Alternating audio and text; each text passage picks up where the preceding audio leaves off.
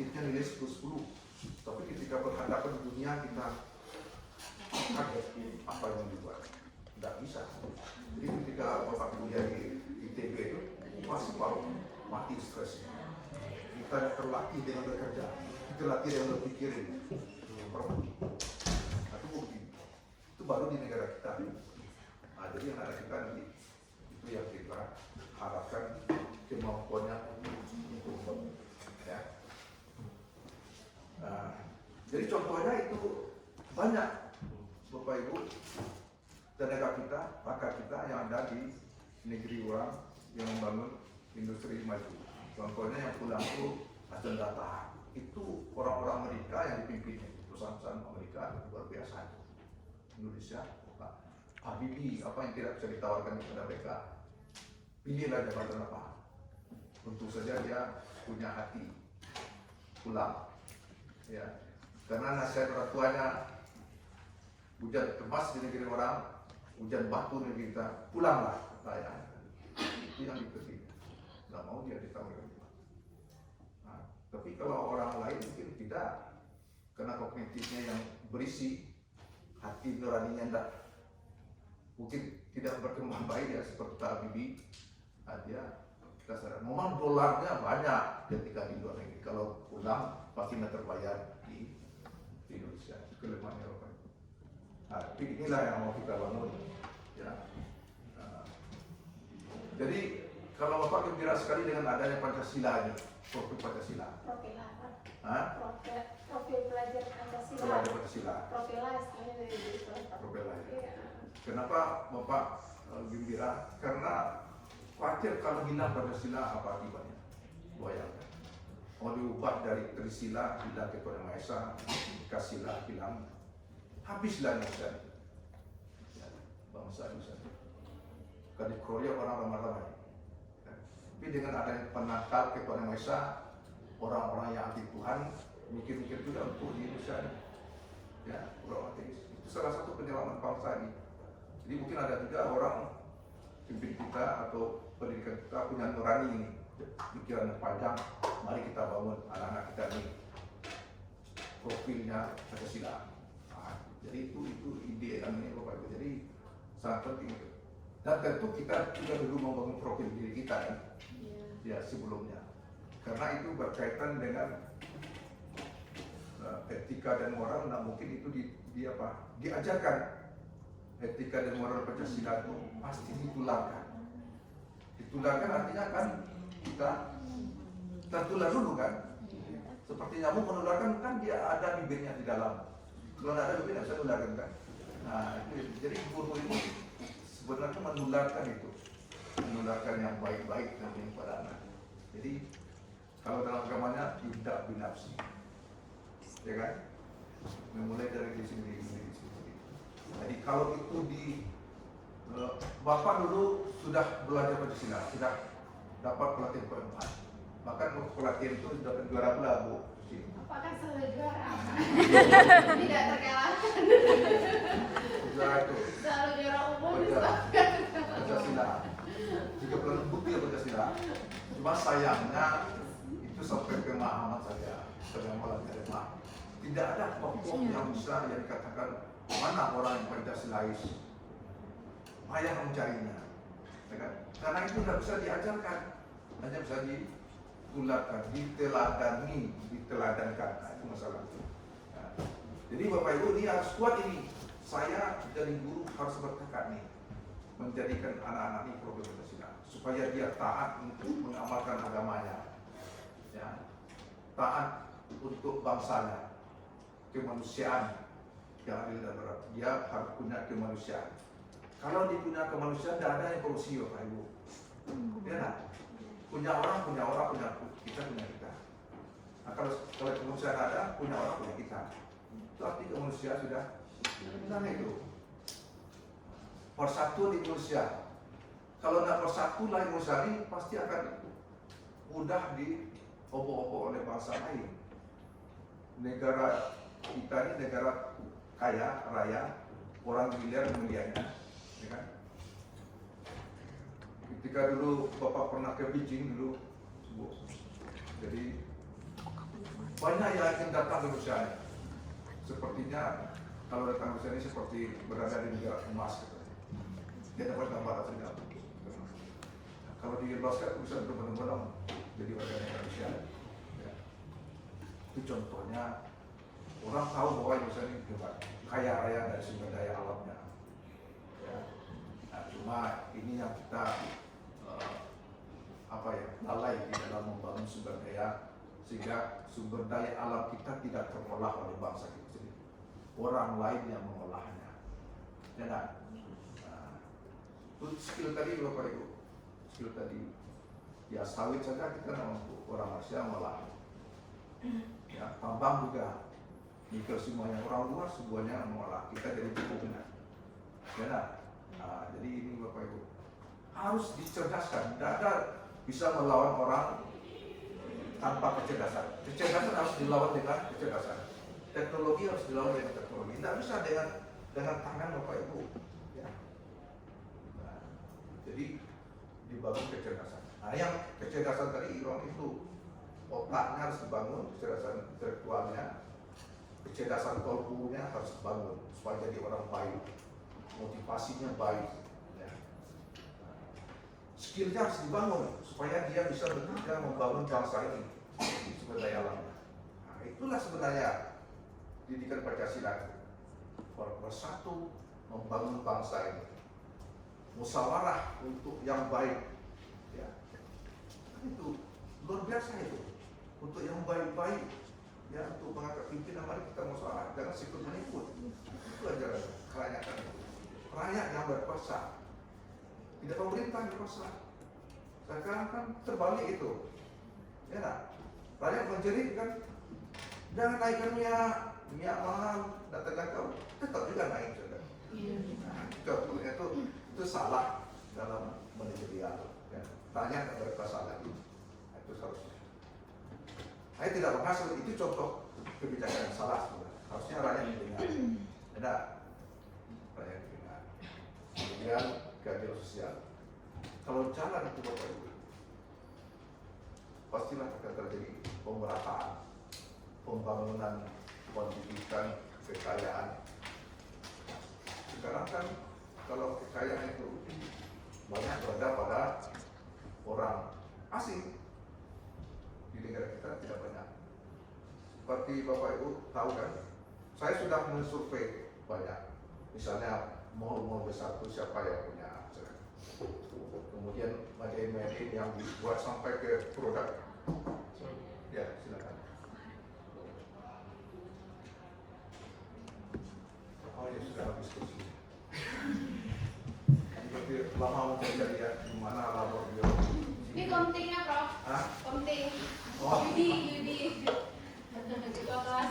Ketua kelas ya? Iya. Jadi ketua kelas cuma nunggu dulu atau tanya.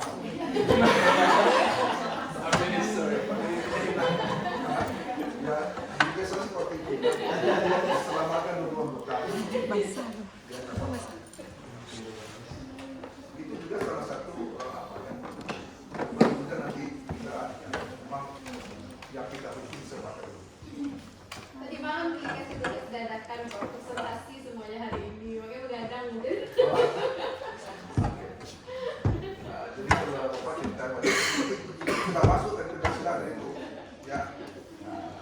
Jadi keberpihakan kita, ini Bapak Kapolri, keberpihakan kita pada peserta didik, pastilah itu kita harus membangun kompetensinya tadi utuh. Jangan memikirkan kognitif saja. Pastilah nanti dia menjadi orang yang lebih berupa nantinya kalau apa yang kita lakukan. Inilah Pancasila. Bagaimana dia bisa mengamalkan Pancasila? Kita lemahnya satu saja, Bapak Ibu. Satu saja lemah. Apa yang satu itu? Kira-kira. Kalau ibu sudah segudang, sudah hebat, sudah banyak. Sudah lemah apa? Ya, mengamalkan ilmu. Ya, agama pun juga ilmu. Banyak. Ini mengamalkan. Kalau diamalkan ilmu itu pastilah betul gitu. Hebat negeri ini. Ya kan? Islam saja mengajarkan mengamalkan Islam itu luar biasa ya. Kerja keras, membantu orang lain, Ya. Nah, ini satu ini lah. Boleh ya? Satu ayat nanti dicatatnya. Ini Pancasila juga nih. Bukan Bapak menumpang dari Pancasila nih. Jadi satu ayat ini Muslim, ada dan Muslim. Muslim semua bro. Nah, jadi ada ayat dalam Al-Quran satu ayat. Ini alhamdulillah syukur hati. Waqtadi bima taqallabu al-akhirah wa la tansa nasibaka minad dunya wa ahsin kama ahsanallahu ilaika wa la tabghil fasada fil ardi innallaha la yuhibbul mufsidin. Itu Bapak Ibu sudah pernah dengar. Itu Bapak ambil dari moto dalam hidup. Ya. Di situ kalau sepotong saja diamalkan, aman dunia. Itu hebatnya Al-Quran. Ini satu potong. Apa artinya? Carilah kebahagiaan di akhirat. Ini pertama. Yang kedua, jangan lupakan kebahagiaanmu atau kenikmatan dunia. Dua. Tiga, berbuat baiklah kepada orang lain. Tiga, sebelumnya Allah berbuat baik kepada kamu. Empat, jangan buat bencana di muka bumi. Sesungguhnya Allah tidak suka orang yang berbuat kerusakan di bencana itu. Cuma apa itu? Bagaimana mengamalkan takwa dan mencari kebahagiaan? Tidak dengan takwa. Kebahagiaan kreatif dari dengan takwa. Tidak akan dapat kebahagiaan kalau tidak dengan takwa. Itu akhirat itu. Tidak akhirat di dunia juga. Yang kedua baru carilah kebahagiaan duniamu. Pastilah dengan ilmu. Tidak bisa dengan ilmu dengan pekerjaan yang pulang. Ya. Tidak bisa dengan ilmu. Kebahagiaan dunia pastilah dengan ilmu teknologi. Berbuat baiklah kepada orang lain. Kita disuruh berbagi. Ya, berbagi. Jangan berkerusakan. Kerusakan itu otak kita bisa bikin kerusakan, hati bisa bikin kerusakan, ya kan? Anggota tubuh kita bisa bikin kerusakan. Nah, itu yang dinyatakan. Empat saja pilar itu aman. Bapak ngambil tema hidup di situ, moto hidup ya. Dunia di tanganku, akhirat dan akhirat, karena itu kampung abadi kita itu harus jadi utama. Di dunia jangan diabaikan. Dunia harus untuk mari akhirat itu harus dunia. Ya, tidak bisa. Nah, itu firman Maha Esa itu yang Bapak sampaikan kan. Surat catat nanti surat Al-Qasas ayat 7. Surat yang ke-28. Bapak selalu mempublikasikan ayat itu luar biasa, karena itu kalau diamalkan luar biasa. Ya. Oke, Bu Suci, silakan dipimpin pertanyaan. Nanti ya, Bapak cerita panjang walaupun terkait dengan Pancasila, tapi harusnya digali dari Bapak Ibu semuanya. Bapak nanti akan memberikan informasi. Ya. Bagaimana pengaturnya? Kalau pernyataan itu sudah begitu, jadi waktunya berapa menit pernyataan? 12 menit. Tadi cukup. Gimana Pak Yudi? Apa itu? Yang tampil boleh, yang bersedia dulu, yang siap. Santai aja Bapak. Jangan. Jadi kalau kita belajar ini, ilmu itu akan masuk dalam suasana santai. Kalau tegang, nah seperti itu Bapak Ibu berusaha santai. Kami tidak akan memarahi. Salah ini tidak betul tentunya. Kita ini suasana santai, baik. Sehingga lahir ide-ide pikiran yang bisa bermanfaat. Baik, silakan. Kelompok berapa yang mau tampil? 1, 2, 3, 4, 5, 6, 7.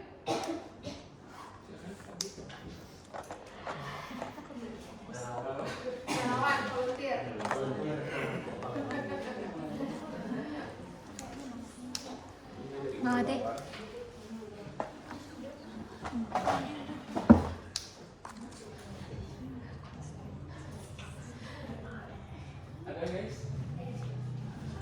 Kalau budaya Indonesia itu Jadi pas awal Pramuti susah kamu gimana caranya biar kita dipanggil dong. Bapak juga seperti itu. Cari Kalau ada lagi orang bertanya, tapi akhirnya habis pertanyaan. Ada yang lebih apa itu ternyata sudah tahu.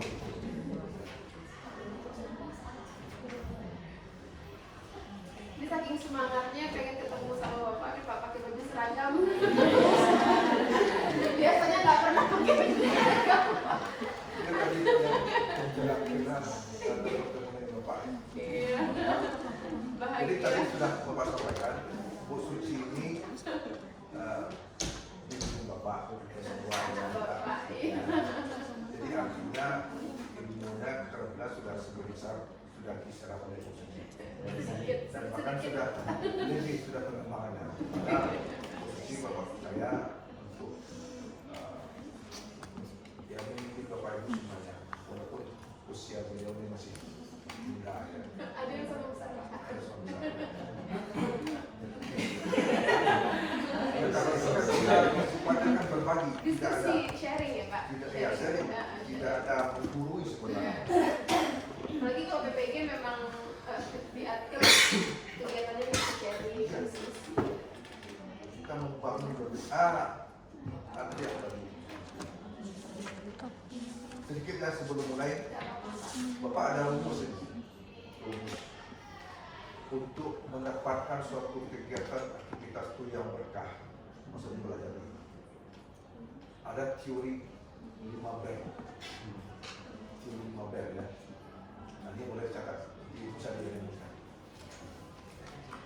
Pertama, berniat. Orang sama pada satu sudah berniatnya. Pikirkan kedua, yang kedua berpikir untuk mewujudkan niat. Pastilah orang berpikir yang baik. Ya. Yang ketiga berzikir atau berdoa. Kalau suatu pekerjaan itu tidak diawali dengan berdoa dan berzikir, hilang berkah. Ini kita belum mulai ya, kita belum mulai ya. Bapak baru bincang-bincang saja. Nanti belum mulai nanti berdoa. Ya. Jadi pekerjaan kalau makan sendiri tidak baca bismillah, tidak berkah. Tidur sendiri kalau tidak baca bismillah tidak berkah. Tapi dengan berdoa tadi semuanya jadi ibadah. Akan ibadah itu. Dan berdoa aktivitas niat yang baik tadi, kita pikirkan yang baik, berdoa. Nah, sudah berdoa baru kerja. Bekerja. Jadi tidak ada kerja-kerja saja, harus langkah. Ya, kalau kerja-kerja nanti salah. Ada yang berdoanya Ya, bekerja gitu ya pak. Tetap berpikir dulu. ya. Jadi Bapak koreksi itu, nggak mungkin bekerja saja. Sebab kerja-kerja orang bilang kerja juga. Yang baik kerja. Nah, sudah bekerja. Yang berapa tuh? Lima lagi ya. Berbagi. Nah, ini yang kita bisa. Berapa? Berbagi itu apa yang dibagi? Ya ilmu, ya kepandaian. Kalau ada rezeki, ya rezeki. Ada tenaga, pikiran, ide, berbagi. Itu kuncinya sedekah. Kalau orang sudah berbagi, sedekahnya masuk. Jadi artinya Bapak Ibu, aktivitas yang kita lakukan tadi nilai ibadah. Itulah untuk meraih dunia akhirat dengan seperti itu. Kalau itu yang kita lakukan, insya Allah semuanya bonus yang kita lakukan. Yang buruk-buruk kita singkirkan itu. Ya, nah, teori motor ya. Teori siapa tuh Pak? Bilang aja lah teori blueprint. Supaya mudah karena memang Bapak tidak menceplak dari yang lain. Itu lahir dari pikiran Karena Bapak juga mereka filsafat, S3 nih, ada psikologi juga, jadi gabungan. Ya. Dari agama juga, jadi gabungan tasawuf, psikologi dan filsafat. Lahirlah itu rumus itu. Ya. Itu sangat penting. Bapak sudah komunikasi itu di setiap perkuliahan. Bapak tadi ya, kalau lupa doa akan lupa. Terkait dengan bab satu, ini yang sari-sari saja nih bab satu. Kan Bapak itu kan sudah hafal sekali ya yang didengungkan bab satu itu kan Pak ya. Yang pertama lah kritikal, kemudian kreativiti ya. Kreatif ini Bapak pecah doing creativity dan thinking creativity. Thinking dulu, thinking creativity, doing creativity. Jadi harus kreatif berpikir, kreatif berbuat. Kalau kreatif berpikir saja enggak bisa. Ya, kita akan ngomong-ngomong saja. Jadi Bapak nanti kerja dengan cara semua itu. Begitu aja. Karena berbuat, siapa yang mengolah nih? Mengolah sumber daya alam yang kaya raya ini siapa? Tidak bisa dengan berpikir saja. Harus berbuat. Jadi berpikir itu harus berbuat. Berarti berpikir, berarti berbuat. Nah baru yang ketiga, jangan diam-diam saja, ya kan? Segudang ilmu kalau diam-diam saja tidak bisa itu, ya kan? Harus dikomunikasikan. Nah tadi berbagi itu dalam komunikasi ya, berbagi. Ya, diseminarkan, terbitkan, ditulis. Kalau Bapak punya bakat menulis, tulislah di media massa, ya kan? Dikasih seperti itu. Yang baik-baik, tulis. Nah, baru sekolah. Tapi catatan tidak ada orang sukses di dunia ini sendiri. Orang sukses kepandaian dia berkolaborasi dengan orang lain. Itu catatan. Di awal-awal kalau kita tidak pandai kita mendekat dulu. Pasti dengan sudah baik lalu kita kembangkan kolaborasi. Tapi yang menurut Bapak yang empat itu belum cukup itu. Ya, critical thinking, creativity, communication, kolaborasi. Ada karakter yang harus mengikutinya. C, 2 tambah C lagi. Bapak jadikan 6 C. C yang kelimanya confident. Cuma Bapak Ibu, kalau punya banyak ilmu, confident tidak bisa tampil, tidak akan muncul itu. Itu para artis itu tampil karena confident. Awal-awalnya ilmunya sedikit, suaranya jelek-jelek saja, tapi confidentnya hebat dia. Karena bentuknya itu akan jadi hiburan. Ya, seperti tukul kan, hebat itu. Dia gayanya bentuknya sudah menjadi hiburan. Tapi confidentnya ada dulu siapa ya yang dulu adik Soekarno, si Aktun dan semua dia. Lagi Pak sih, anak sekolahan. Itu kan bedanya kan hebat. Sudikarno. Jadi Bapak Ibu harus membangun itu PD. Saya punya, saya harus mampu mengerjakan itu. Saya harus eksis kan. Yang kelima komitmen. 6 ya, 6 komitmen. Kalau tidak ada semuanya komitmen buyar itu Bapak Ibu. Komitmen itu artinya apa? Janji. Ya. Kalau tidak ada janji. Janji itu dibagi lagi. Ini bukan dari Bapak dengan Bapak ini, tapi Bapak setuju. Dia bagi komitmen itu political commitment. Tingkatannya nih, political commitment. Jadi, mana? Political commitment jadi bagi politik, jadi politik. Kemudian intellectual commitment, janji orang intelek, ilmu yang sudah didapatkan ini dia berjanji, dia amalkan dia tularkan ke orang lain. Itu intelektual komunikasi. Kalau ada tawaran-tawaran yang menyimpang dari ilmunya nggak mau, misalnya ada ilmu, dia punya ilmu dampak, amdal ya, masih dapat dia punya terampil sekali. Jika ada tawaran dari suatu perusahaan kan, tolong lakukan amdal, ini uang sekian, gimana?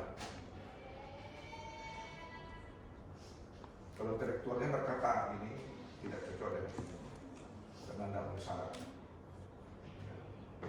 Tapi kalau intelektualnya menyimpang ya, pesan itu kan diterima. Sama dengan survei-survei ini. Kan punya ilmu tuh bagaimana meriset itu. Tapi karena ada tawaran, kalau kasih uang, mau nggak orang kasih uang kalahkan? Logika aja, tidak bisa. Siapa yang membiayai pasti itu yang dimenangkan. Itu logikanya kan itu, tidak mungkin.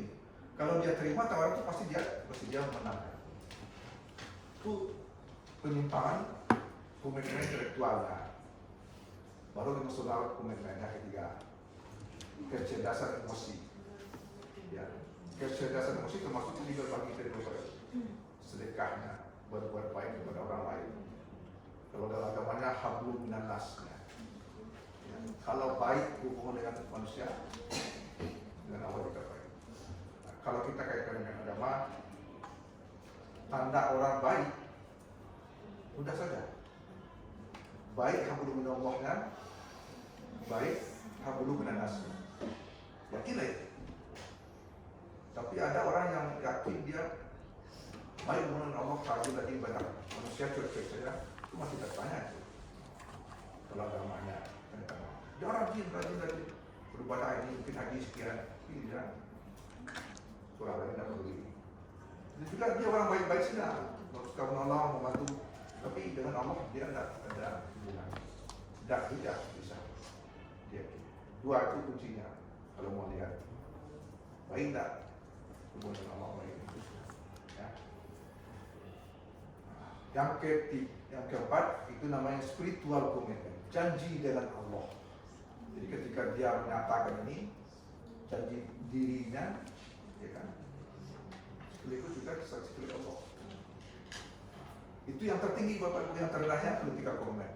Kalau jadi politik, sekarang kawan, besok jadi lawan. Besok dia, sekarang tidak.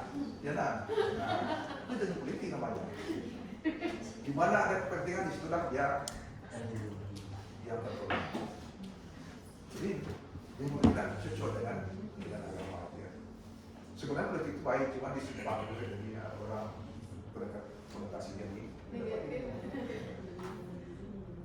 Jadi yang Bapak sampaikan tadi dua rumus ya, rumus teori Ber dan teori 6C. 4C tambah 2 gitu ya. Kalau produk kita idealnya menghasilkan anak yang punya keterampilan yang 6C itu di 41. Tidak cukup 4C, harus sampai 5C. Tidak selamat bangsa ini dengan 4C itu. Ya, harus ada dengan tambahan tadi. Kita harus berani melawan bangsa-bangsa maju. Melawan itu dengan ilmu dan teknologi. Kalau ada PD kita tidak bisa melawan. PD itu syaratnya dengan ilmu dan teknologi. Pasti ya. Ya. Jadi itu tambahan rezeki. Silakan. Ini Bapak masuk dari intervensi karena lama betul ya. Silakan lah. Dipimpin aja lagi Pak Yudi. Boleh, dicoba dari kelompok 1. Iya. Biasanya kalau orang kita ini suka ditunjuk. Iya. Iya lah. Kalau ditunjuk mau. Ini bagaimana kita mengkomunikasikan hasil susu? Dibaca aja lah kan PowerPoint-nya udah ada kemarin ya. Oke. Karena fokusnya nggak ada. Enggak. Oke. Kan nggak ada stok fokusnya. Di ruangan nggak ada Bu. Di Bang Ade, Bang Ilham ada Bu. Mau kita ambilkan? Bang Yud, pakai ini nggak? Bapak Ibu butuh ini bikin PPT. Kirim aku kagak. Kirim ke grup itu. Bang, Tolong Biar lebih dekat. tolong ke Pak Ilham, ke Pak Ilham. Bang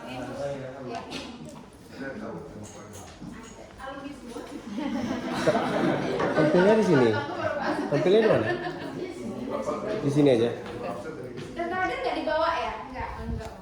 Antara lain ada di ruangan.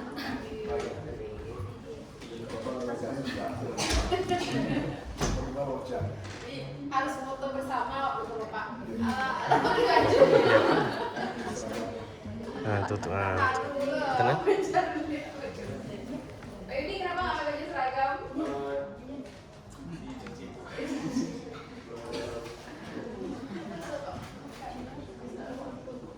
Apa lu pakai seragam? Jadi seragam itu ada dengan persamaan. Bersama persatuan. Senasib seperjuangan.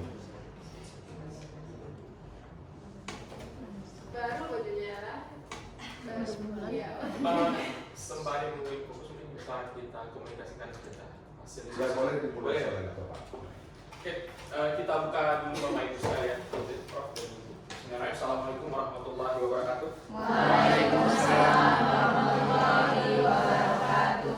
Alhamdulillahirrahmanirrahim. Puji syukur kita ucapkan kehadiran Allah Subhanahu wa Ta'ala. Kira kita ketemu kembali di beberapa pertemuan belakang yang sudah lewat dan akhirnya ketemu kembali, alhamdulillah. Dan alangkah lebih baiknya kita mulai hari ini, kelas ini dengan mengucapkan basmalah.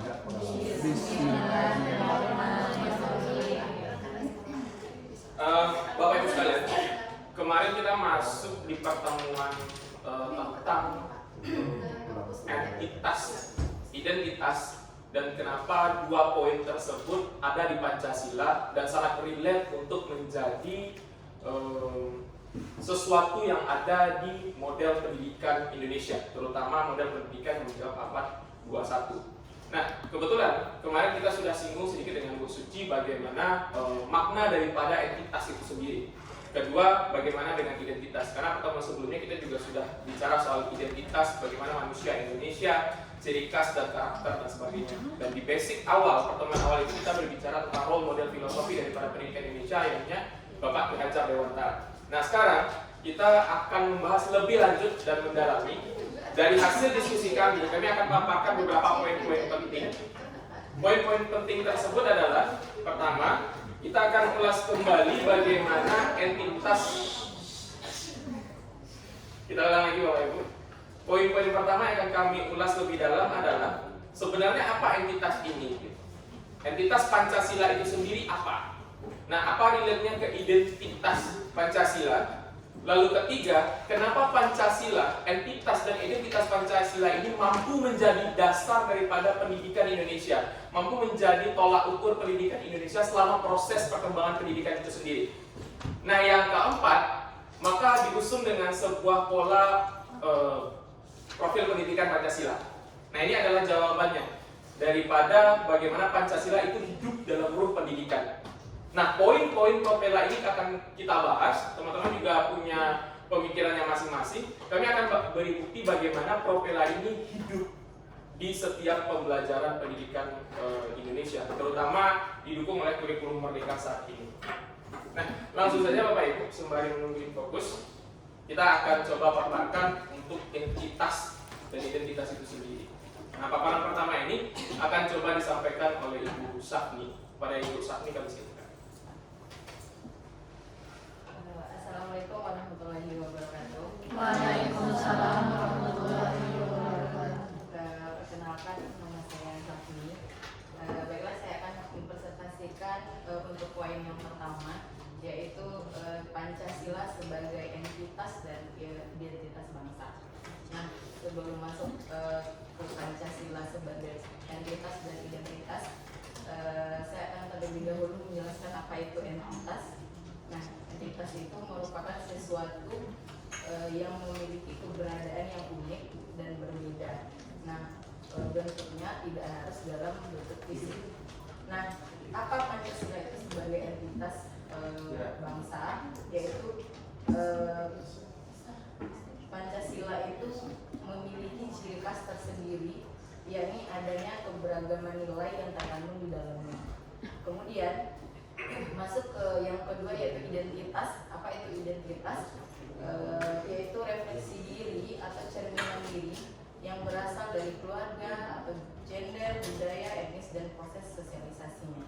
Nah, apa makna identitas Pancasila sebagai Pancasila sebagai identitas bangsa? Yaitu sebagai suatu ciri khas yang berbeda dari bangsa lain karena seluruh masyarakatnya selalu berefleksi terhadap nilai-nilai atau pedoman yang terkandung pada Pancasila itu sendiri. Nah, itulah untuk penjelasan tentang Pancasila sebagai identitas dan identitas bangsa. Selanjutnya untuk penjelasan selanjutnya yang poin yang kedua itu akan dijelaskan oleh teman saya kembalikan kepada moderator. Terima kasih. Baik. Oke, tadi sudah dijelaskan bagaimana identitas dan identitas itu sendiri. Sederhananya Bapak Ibu, kita tahu bersama basicnya Pancasila ini kan dasar negara ya. Nah, redaksi kalimat dasar negara ini sangat besar sekali maknanya. Kenapa? Karena seolah-olah dalam hidup bertatanegara, apapun hidup berkehidupan di Indonesia seolah-olah mengacu pada satu rule itu, yaitu Pancasila. Ketika orang bertanya mungkin Pancasila itu apa, kita bingung menjawabnya. Apa kira-kira Pancasila ini?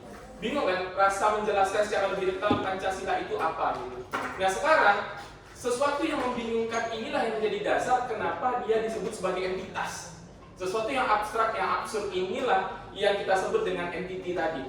Nah, entitas ini merangkum segala macam pola hidup dan berkehidupan di negara kita. Entah itu pola keberagaman, entah itu pola kebudayaan, apapun. Sehingga di-cover oleh satu entitas tersebut. Nah, entitas ini kita kenal dengan Pancasila.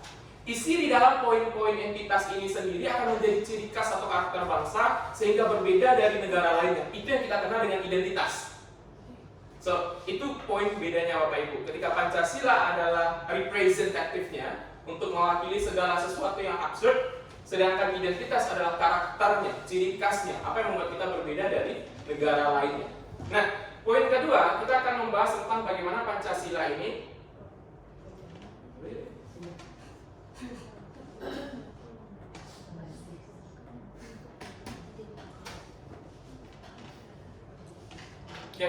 selanjutnya kita akan bahas Bapak Ibu terkait profil pelajar Pancasila. Jadi dari awal identitas tadi ada poin-poin tertentu mulai dari ciri khas dan karakter bangsa kita. Nah sebenarnya hal ini penting untuk kita taruh dalam hidup berkehidupan terutama di bidang pendidikan. Kenapa? Karena kita perlu ketahui basic definisi pendidikan kalau kita ikuti filosofinya Bapak Ki Hajar Dewantara adalah merubah budi pekerti. Nah, urgensi ini ada kalau kita taruh sepenuhnya nilai-nilai Pancasila tadi. Nah, makanya akan lebih sangat penting sekali ketika entitas itu berada di dalam progres pendidikan. Itu termaktub dalam profil pelajar Pancasila. Ini akan dibahas langsung oleh Ibu Esna. Kepada Ibu Esna, silakan. Ya, Ibu Esna, Bapak. Terima kasih kepada moderator. Di sini juga saya menyampaikan tentang pertanyaan nanti yang kedua, yaitu apa yang kita ketahui tentang profil pelajar Pancasila.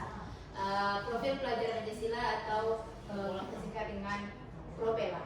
Profil pelajar Pancasila ini merupakan sejumlah karakter dan kompetensi yang kita harapkan untuk diraih oleh peserta didik yang didasarkan pada nilai-nilai luhur Pancasila. Jadi Propela ini sesuai dengan visi dan misi dari Kemendikbud sebagaimana tertuang dalam Peraturan Menteri Pendidikan Nomor 22 Tahun 2020 tentang Rencana Strategi Kementerian Pendidikan dan Kebudayaan. Jadi dalam pembelajaran dalam sekolah ataupun ketika kita melakukan pembelajaran, kita sangat mengharapkan karakter-karakter Propela ini dapat diraih oleh peserta didik. Propela ini diambil sesuai dengan nilai-nilai luhur dari Pancasila. Kita ketahui bahwa Propela ini tertuang menjadi 6. Yang pertama yaitu beriman bertakwa kepada Tuhan Yang Maha Esa dan berakhlak mulia. Yang kedua mandiri. Yang ketiga bernalar kritis. Yang keempat kreatif. Kelima bergotong royong dan berkebinekaan global. Jadi bagaimana cara kita agar karakter tersebut bisa didapatkan dan diperoleh oleh peserta didik di dalam pembelajaran atau yang lain. Yang mana sekarang dalam kurikulum Merdeka untuk Propela ini juga diwujudkan oleh pemerintah dalam mata pelajaran P5, yang mana P5 itu proyek penguatan profil pelajar Pancasila. Proyek penguatan profil pelajar Pancasila ini dapat juga dituangkan menjadi 6 tema. Yang pertama yaitu gaya hidup berkelanjutan, yang kedua kearifan lokal, yang ketiga berkebinekaan tunggal ika, yang keempat bangunlah jiwa dan raga, 5 rekayasa dan teknologi, dan 6 kewirausahaan. Jadi di sini untuk menurut kelompok kami untuk pelajar Pancasila itu yang sesuai juga yang sudah disampaikan oleh Prof tentang ada tadi benar kritis, kreatif, kolaborasi dan yang lainnya, beriman dan bertakwa khususnya itu sangat kita harapkan dapat tercapai dalam kepribadian pribadi. Mungkin itu dari saya kembalikan kepada Pak Ustaz. Baik, terima kasih Bu Nisa. Oke, tadi sudah dibahas bagaimana ada sesuatu yang akan mampu membuat nilai Pancasila itu mengalir dalam sepanjang proses perkembangan pendidikan Indonesia. Nah, itu terwujud dalam bentuk novela tadi. Nah, sekarang yang poin selanjutnya terkait Pancasila sebagai fondasi pendidikan Indonesia. Apa alasan khusus kenapa dia bisa dikatakan sebagai fondasi dasar pendidikan? Ini akan dijelaskan oleh Ibu Husna pada Ibu Santi. Baik, assalamualaikum warahmatullahi wabarakatuh. Baik, selanjutnya yaitu Pancasila sebagai fondasi pendidikan Indonesia. Ada beberapa poin yang kami rangkum. Yang pertama yaitu kebinekaan atau diversity dalam ras, suku, agama, dan budaya.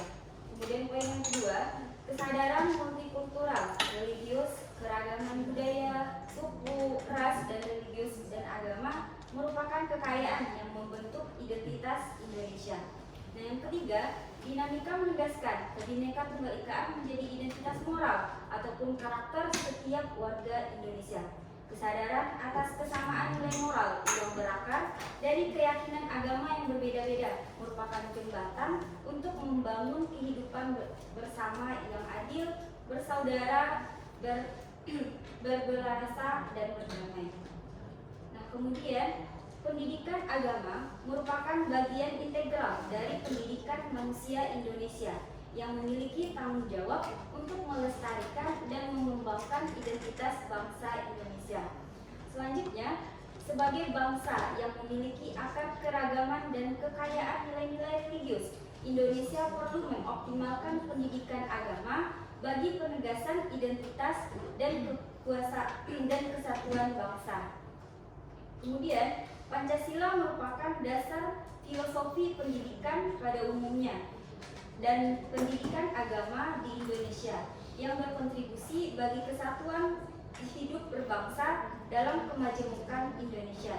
Yang terakhir, nilai-nilai Pancasila menjadi dasar pengembangan paradigma pendidikan transformatif untuk melestarikan kemajemukan berbudaya, agama, ras, dan suku di tengah tantangan dan ancaman keterpecahan hidup berbangsa.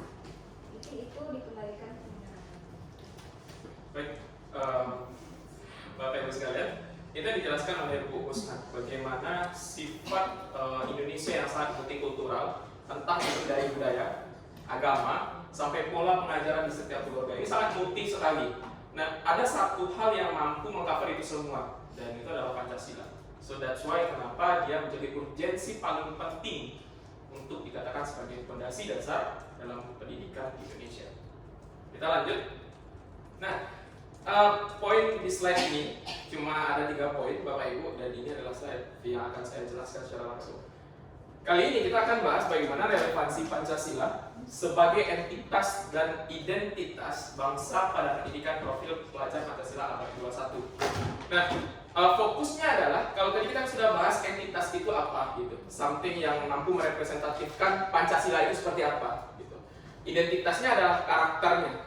Nah, sekarang apa relevansi daripada Pancasila ini sebagai entitas terhadap pendidikan Pancasila, pendidikan Indonesia abad 21? Kenapa dia bisa relevan? Kenapa Pancasila ini masih mampu relevan sampai pendidikan saat sekarang ataupun beberapa puluh tahun ke depan?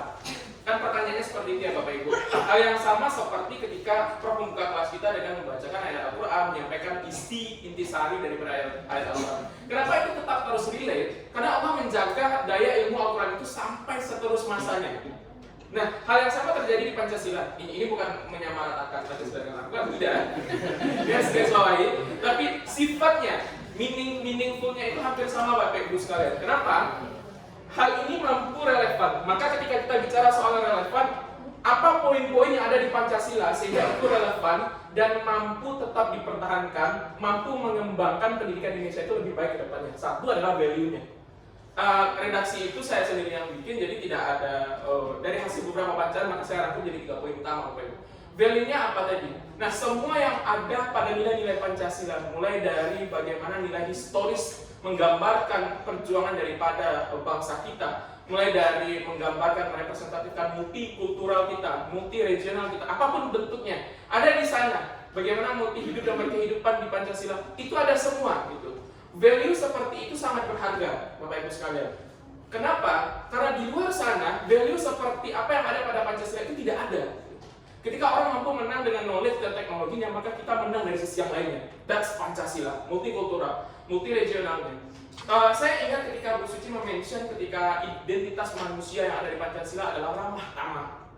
Nah, itu adalah poin kemenangan kita. Kenapa? Karena ada satu hal yang tidak bisa dijelaskan ketika kita berpapasan dengan seseorang yang tidak kita kenali, tapi ada rasa ingin menganggukkan kepala dan menyapa. Hal seperti itu tidak bisa kita dapatkan di luar, dan hal seperti ini adalah poin yang sangat besar Bapak Ibu. Nah, inilah alasannya Pancasila itu memiliki value yang sangat besar. Dan ini sangat relate dan relevan untuk pendidikan Indonesia. Kenapa? Karena sekali lagi, Profesor Bapak Ki Hajar Dewantara ini mention kalau pendidikan itu adalah perubahan karakter budi pekertinya, maka ini akan mampu menjawab pertanyaan-pertanyaan ataupun statement yang diberikan oleh Bapak Ki Hajar Dewantara. Value-nya tadi, itu alasannya. Kedua adalah menjawab tantangan zaman abad 21. Sederhananya apa yang dibahas oleh Prof tadi di awal, ketika anak-anak diharapkan ke depannya mampu berpikir kritis, kolaboratif, confident, apapun tadi poinnya. Nah, ini mampu dijelaskan dan dijawab oleh Pancasila itu sendiri Bapak Ibu sekalian. Kita tahu di Propela tadi banyak sekali poin-poinnya, mulai dari bergotong royong, berwawasan global, berkebinekaan global gitu. Apapun tantangan zaman, kita mampu menjawabnya. Kita bisa respect dan kita bisa menyamai tantangan zaman tersebut. Sehingga sampai kapanpun Pancasila ini masih bisa dikategorikan sebagai fondasi pendidikan. Makanya karena dia mampu menjawab tantangan zaman abad 21 tadi. Nah, yang ketiga, sifat kontekstualnya Pancasila terhadap budaya pendidikan Indonesia. Sengaja saya memakai kata-kata kontekstual di sana Bapak Ibu. Kenapa? Karena nilai yang termaktub dalam Pancasila itu sendiri adalah sesuatu yang sudah terjadi di setiap keseharian kita, betul? Gotong royong, kita percaya sesuatu hal sebagai Tuhan yang Maha Esa, kita mudah ingin membantu sesama, segala macamnya. Nilai-nilai itu sangat lekat di keseharian kita. Sehingga karena itu sangat kontekstual, ketika itu diterapkan di pendidikan Indonesia, it's too easy, it's so basic untuk dilakukan, sangat mudah dilakukan oleh orang-orang yang ada di Indonesia, gitu. Sehingga kapanpun itu dia tetap eksis, dia tetap relevan. Nah, itu alasannya kenapa saya memakai ada kata-kata kontekstualnya Pancasila itu sangat lekat daripada orang-orang Indonesia. Sebelum mungkin Pancasila itu ada, nilai daripada cara pengajaran pendidikan di keluarga itu sebenarnya sudah menggambarkan Pancasila itu sendiri sebelum dia lahir. Next, Bapak Ibu. Oke. Semua nilai tadi tertuang sekali lagi dalam Propela. Tadi sudah saya bahas Bapak Ibu sekalian bagaimana dia tetap relevan, dan poin-poin ini tertuang dalam Propela dan kita sudah tahu bersama didukung pula dengan kurikulum Merdeka saat ini.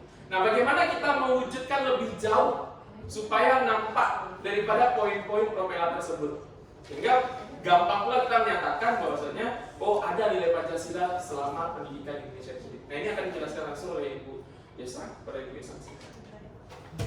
Yes. Siapa ya? I'm really sorry.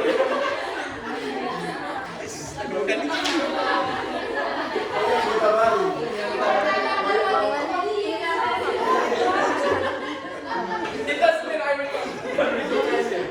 Terima kasih moderator.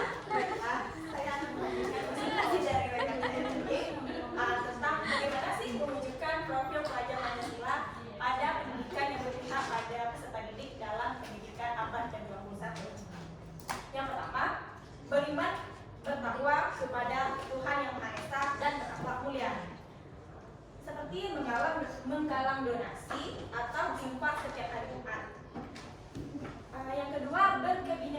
global. Memulai pembelajaran kegiatan yang mengenalkan budaya asli seperti kegiatan ekstrakurikuler tarian daerah. Kemudian, memutar film dan cerita-cerita sejarah yang inspiratif dalam kegiatan pembelajaran. Yang ketiga, membagikan nasihat dan cerita motivasi dari para pahlawan bangsa yang dapat membangkitkan semangat peserta didik. Selanjutnya, bergotong royong melalui metode belajar diskusi.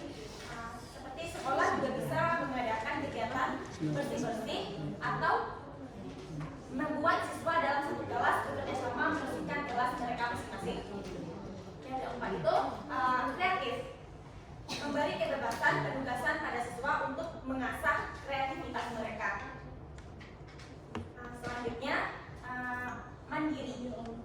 Untuk melatih kemandirian peserta didik di sekolah, dibentuklah kegiatan ekstrakurikuler seperti ekstrakurikuler pramuka, paskibraka, dan lainnya.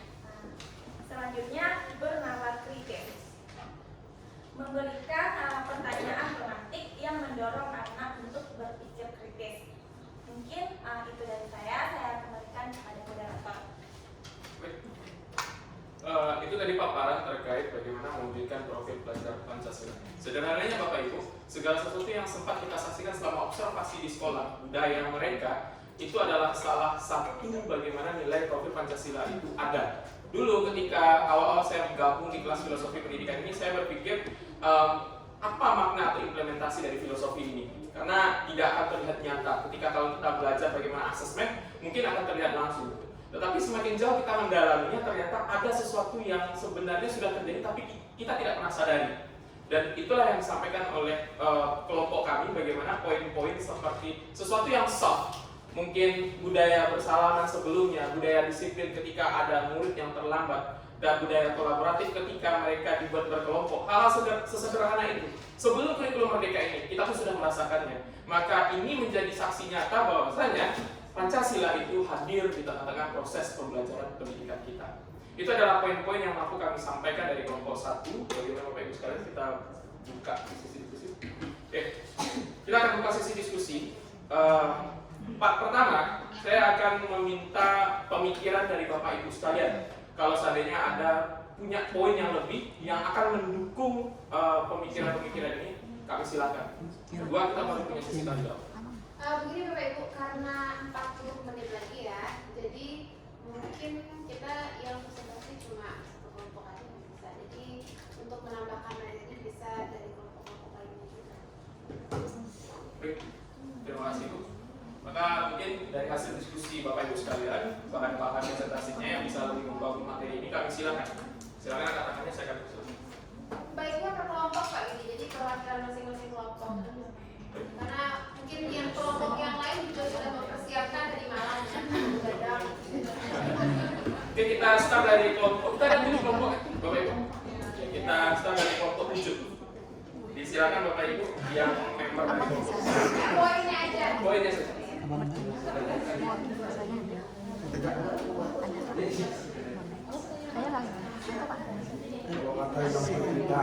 Iya, kalau ada yang berbeda.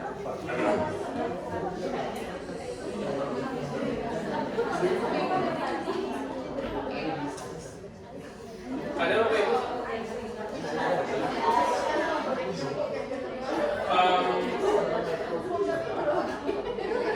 Disilakan Ibu Aisyah dari kelompok 7. Harap perhatian. Kelompok 6. Terima kasih kepada moderator. Perkenalkan, nama saya Aisyah dari kelompok 6 ingin menambahkan. Jadi kan kita membahas tentang Pancasila. Nah, mungkin dari kelompok 1 lupa menaruhkan sifat Pancasila itu kan bersifat terbuka. Jadi dia itu bisa masuk segala hal, tidak hanya pendidikan saja, tapi segala hal. Nah, itu juga yang menjadi ideologi dari diri kita atau negara kita. Terima kasih Mbak Ita. Sama seperti apa yang saya sampaikan awalnya, ketika dia jadi dasar negara, maka adalah menjadi suatu hal yang besar, mampu mengcover apapun. So, terima kasih tambahannya Ibu Aisyah. Kita lanjut ke kelompok selanjutnya, kelompok 5. Kelompok kelompok ini masih di Baik, assalamualaikum warahmatullahi wabarakatuh. Waalaikumsalam warahmatullahi wabarakatuh. kan dari kelompok 5, mungkin kami dari kelompok 5 cuma menekankan perbedaan yang pertama itu entitas dengan identitas. Mungkin tadi kan kelompok 1 sudah menjelaskan pengertian secara keseluruhan, tapi kami kelompok 5 ingin menunjukkan dia terdapat ada perbedaan apa itu identitas dengan identitas. Kalau menurut kelompok 5, entitas itu ciri khas perbedaan, berarti yang tidak bisa terlihat, berarti dengan kata lain yang melekat pada tubuh masyarakat tersebut gitu. Sedangkan kalau identitas itu dia sumber motivasi, sumber inspirasi yang didapatkan dari Pancasila. Berarti secara garis besar kalau entitas itu dia tidak terlihat yang ada di tubuh masyarakat itu, sedangkan identitas itu motivasi yang didapatkan masyarakat tapi dari Pancasila itu sendiri.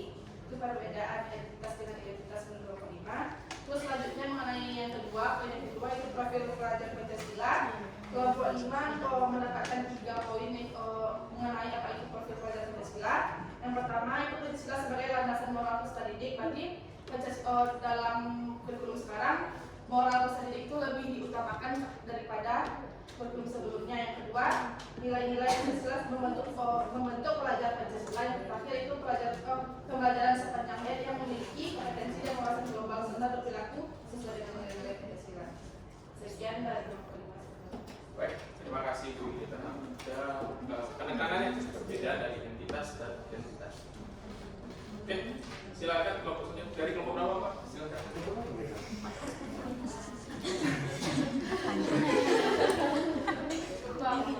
Assalamualaikum warahmatullahi wabarakatuh. Saya dari kelompok 4, saya mungkin tidak akan menambahkan, cuma itu mau berargumentasi terhadap profil pelajar Pancasila ini. Sebenarnya Pancasila atau nilai-nilai Pancasila kan kita semua sudah dari dulu, dari luhur pun kita udah tahu, udah diterapkan. Cuma kenapa yang saya kecewakan, kenapa baru sekarang profil pelajar Pancasila itu memang ditekankan di dalam kurikulum? Karena mungkin seperti yang Saudara Yudi sampaikan bahwa di abad 21 ini dapat menjawab tantangan zaman di abad 21. Kalau menurut saya, kalau semua ini, kalau profil pelajar Pancasila sudah dari awal diterapkan, sudah kita sadari dari awal, mungkin semua zaman sudah kita libas untuk menjawab tantangan zaman, ya kan? Karena kenapa kita baru sadar ketika sumber daya manusia itu sudah bobrok di negara ini, ya kan? Karena kita tahu dulu kalau zaman Soeharto itu ya korupsi nggak ada, pejabat-pejabat korupsi. Nah, sedangkan sekarang kita tahu korupsi lah, kayak masalah kasus dari pejabat sekarang itu sudah banyak sekali yang di luar nalar kalau bisa dibilang. Kenapa baru sekarang ini diterapkan? Kalau kita udah menerapkan ini dari awal, mungkin sumber daya manusia kita akan lebih bagus. Seperti yang dibilang juga tadi, bahwa skill kita hanya menekankan pada kognitif untuk Indonesia ini, pendidikan Indonesia. Kalau kita sudah menerapkan ini dari awal, afektif dan psikomotor Indonesia, kita sudah menjadi negara yang mungkin tidak hanya sebagai konsumen yang dibilang Bapak tadi, kita dengan kekayaan yang kita punya, kita mungkin sudah menciptakan produk dan brand-brand yang memang asli dari negara kita sendiri. Terima kasih itu. Baik, terima kasih insight yang sangat besar dari Bapak Iqbal. Kita akan pending terlebih dahulu argumentasi tersebut, mungkin bisa jadi landasan untuk diskusi kita bersama di part kedua. Namun saya giring apa yang disampaikan oleh Prof di awal-awal, segala sesuatu mungkin sudah ada dan kita mungkin tidak sadari. Tapi yang paling sulit dari umat Indonesia adalah pelaksanaannya. Itu dia poinnya. Nah sekarang mungkin ada alasan yang kenapa ini harus ditekankan banget supaya kita benar-benar mampu melaksanakannya. Kita lanjut dulu ke kelompok selanjutnya. Sebelum kelompok 3 saya minta kelompok 7. Nah mana Bapak Ibu kelompok 7? Silakan. Bapak kelompok 7. Kelompok 2. Kelompok. Oke. Mana ini? Kita kan. Kayaknya kelompok 7 ada. Atau memang tidak ada kelompok 7? Tidak ada. Kelompok 6 ya? Terima kasih. Kelompok 1 kurang minum kayaknya Bapak. Tadi ada informasi. Baiklah, terima kasih kepada moderator. Di sini saya ingin sedikit menjelaskan atau menguatkan itu tentang entitas dan identitas tadi. Entitas itu kan kita belajar di sini kan kita tuh setiap daerah tuh memiliki filosofinya masing-masing, Pak. Kita sebagai orang Minang memiliki filosofinya, orang Jawa memiliki filosofinya masing-masing. Kenapa pada profil pelajar Pancasila di sini kan lebih ditekankan Ki Hajar Dewantaranya gitu. Sementara kan setiap daerah tuh memiliki filosofinya masing-masing. Jadi kan ada yang didominankan di sini, ada yang diresesikan gitu. Jadi kan ya misalnya jadi presiden aja, kenapa kebanyakan orang di Jawa gitu. Suku-suku lain kan juga memiliki potensinya masing-masing. Terima kasih. Jangan lupa 2024 juga lagi. Aku sudah berpikir kritis sama itu.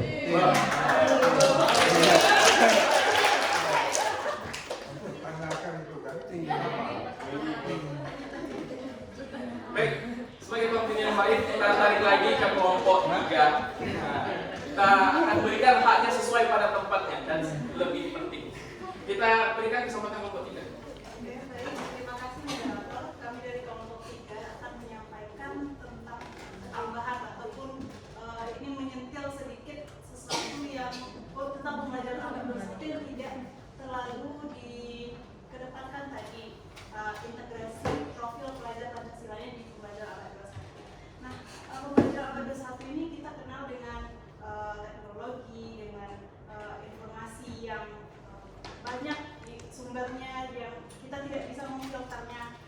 Siswa itu bisa mencari referensi itu di mana saja bisa sekarang, tapi kita tidak bisa mengawasi mereka itu tuh sumber yang benarkah atau yang hanya di blog saja atau itu tidak sesuai dengan teori yang ada, misalnya seperti itu. Dan juga pengaruh dari globalisasi, pengaruh dari sosial media, misalnya sekarang yang ada tahunnya, ini relevansi Pancasila sebagai entitas dan identitas bangsa ini untuk masuk ke peserta didik dengan jiwa-jiwa yang modern itu bagaimana? Itu belum tadi disampaikan. Dan juga tadi ada disampaikan di sekolah tentang pengimplementasian kebinekaan global, bertakwa, Tuhan Yang Maha Esa, mandiri, gotong royong itu mungkin terlihat misalnya gotong royong di dalam kerjasama dalam diskusi kelompok gitu, atau dalam yang beriman bertakwa kepada Tuhan Yang Maha Esa itu dalam kegiatan religiusnya misalnya. Tetapi dalam yang jati diri individunya itu serta didik itu sekarang anak muda itu banyak tergerus oleh kemajuan zaman dan juga kegiatan-kegiatan yang mungkin tidak banyak manfaatnya seperti TikTok tidak digunakan untuk belajar atau YouTube tidak tentang pembelajaran aja lagi yang dibahas gitu. Bagaimana cara Propela ini bisa merasuklah ke dalam jiwa atau jati diri peserta didik itu, gitu, Pak Moderator.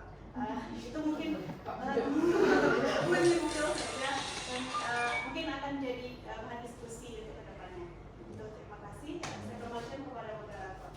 Baik, terima kasih atas insight yang sudah dimasukkan dan beberapa statement tadi untuk jadi landasan bahan diskusi kita juga setelah ini. Ada lagi mungkin dari kelompok yang lain ingin menambahkan? Tidak cukup? Masih ada poin materi mungkin tak secara personal, disilakan. Cukup ya? Kita langsung masuk ke sesi tanya jawab Bapak Ibu. Tadi sudah nampak sekali ada beberapa poin-poin pertanyaan yang diajukan, tapi kita tahan terlebih dahulu tadi. Nah sekarang kita buka. Kita panggil dari kelompok. Ini per kelompok atau bebas ya? Dibatasi aja. Dibatasi. Oke, kita batasi dengan 3 pertanyaan. Untuk pertanyaan pertama kami silakan siapapun kelompoknya.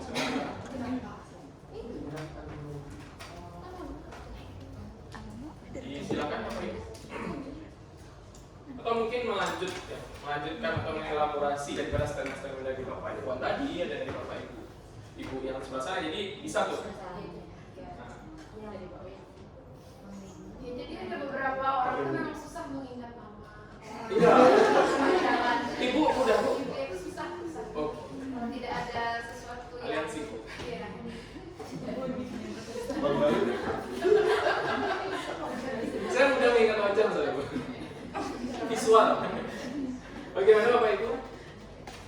ada pertanyaan khusus yang benar-benar ingin disampaikan?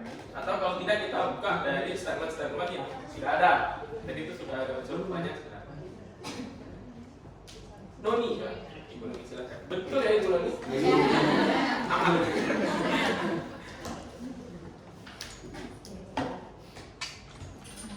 Baik, sebelumnya terima kasih untuk kesempatan yang sudah diberikan oleh Mas Oscar. Saya dari perwakilan dari kelompok 2 izin bertanya. Ini pertanyaannya terkait dari pernyataan Ibu Kira tadi. Ya, tadi sudah dijelaskan juga bagaimana entitas dan identitas Pancasila di Indonesia, kemudian apa relevansinya dengan pendidikan kita. Kemudian tadi juga sudah dijelaskan bahwa sudah dihidupkan atau sudah diterapkan pendidikan pelajar Pancasila itu di setiap jenjang pendidikan di Indonesia gitu. Tapi kita juga tahu ya, seperti yang sudah dijelaskan tadi, bahwa sikap dari generasi bangsa kita sekarang ini yang tidak sepenuhnya menggambarkan terterapnya profil pelajar Pancasila tersebut gitu. Nah, malahan banyak yang sikapnya kurang atau menyimpang dari yang seharusnya sudah diajarkan sebelumnya gitu. Menurut kelompok penyaji, atau mungkin nanti bisa ditambahkan dari kelompok lain, apakah sikap tersebut muncul dari generasi bangsa itu merupakan kegagalan dalam pendidikan, atau peserta didiknya yang tidak hanya menerima informasi atau pengetahuan tentang sikap tersebut tapi tidak diamalkan dalam kehidupan. Kemudian bagaimana seharusnya sikap kita sebagai calon guru untuk kedepannya, bagaimana menerapkan kepada peserta didik sehingga nanti memang memunculkan sikap Pancasila itu sendiri di tengah-tengah kehidupan berbangsa. Saya kembalikan kepada masyarakat. Oke, pertanyaan sangat bagus dari Ibu dan Bapak Ibu sekalian terkait sifat-sifat yang sudah dijelaskan oleh Ibu dari kelompok mana sih? Kelompok 3 ya. Nah sekarang case-nya adalah apakah sikap-sikap tersebut bukti dari kegagalan pendidikan atau sebenarnya fokusnya ke peserta didik itu sendiri gitu. Nah kedua adalah bagaimana sikap kita sebagai guru yang profesional nantinya untuk menyikapi itu. Itu pertanyaan dari Bu Nuni. Mungkin bisa dicatat juga Bapak Ibu di kelompok lain. Oke, kita buka pertanyaan kedua. Silakan.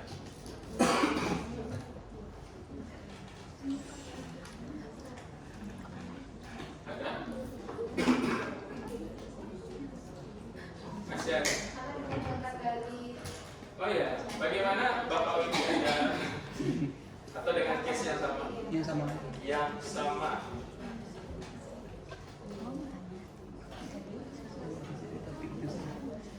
Kalau case yang sama, bisa diulangi lagi poin utamanya apa untuk pertanyaan? Iya, lanjut ke Pak Edi dulu, karena saya sudah terlanjur. Poinnya di situ tuh kan kita itu kan sama rasa sama rata gitu kan. Nah dalam multikultural Indonesia itu kita harus sama rata sama rasa, Pak. Jadi bagaimana sama rata sama rasa itu ajaran yang sebelah sana. sebelah sana. Bergerak dari kiri benar. Yang baiknya ada yang baik. Ada yang baiknya. Nanti ada tambahannya harusnya. Ya, jadi poinnya di sini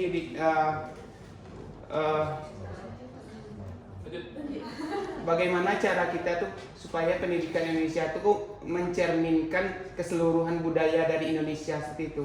Jadi bukan patokan satu budaya saja, tapi gabungan dari berbagai budaya itu mencerminkan pendidikan Indonesia itu seperti itu.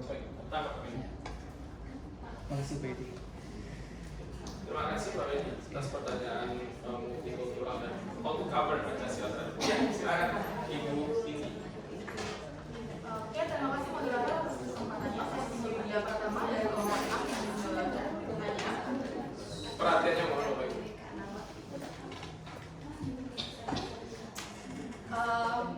Sama-sama kita ketahui kan masyarakat Indonesia sekarang itu tidak hanya mendambakan adanya penegakan, maksudnya tidak hanya mendambakan adanya penegakan peraturan hukum itu saja, tetapi yang dipertanyakan di sini apakah masih ada keadilan di dalam hukum ini, gitu kan? Karena kita sama-sama ketahui ideologi Pancasila itu merupakan peraturan gitu kan, udah ada aturannya untuk masyarakat, ditujukan untuk masyarakat. Tetapi seperti kasus-kasus yang ada pada sekarang, kayak kasus Sambo kemarin, tidak bisa kita tutup mata juga.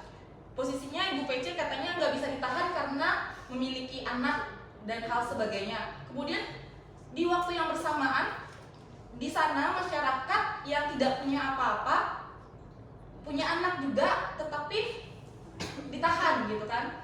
Jadi yang dipertanyakan di sini, apakah yang terjadi dengan penegak hukum kita? Apa benar kalau ada uang kita aman? Bagaimana menurut kelompok penyanyi tentang kasus ini? Terima kasih.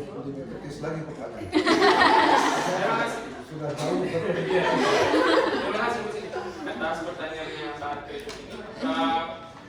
Ini kami cukupkan terlebih dahulu, tapi saya mau bertanya kembali ke Bu Siti. Ini pertanyaannya karena cukup general Bapak Ibu sekalian, karena case kita ini adalah bagaimana Pancasila ini mampu mengcover keseluruhan sebenarnya. Itu yang disampaikan oleh Ibu Aisyah tadi. So, today kita mengcovernya based on pendidikan. Nah, apakah kami akan mencoba menjawabnya dari sudut pandang pendidikan, atau kami akan jawabnya segeneral apa yang disampaikan?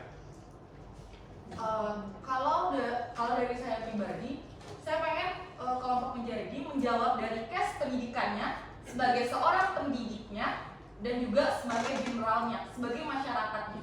Oke, ada dua ini Bapak Ibu.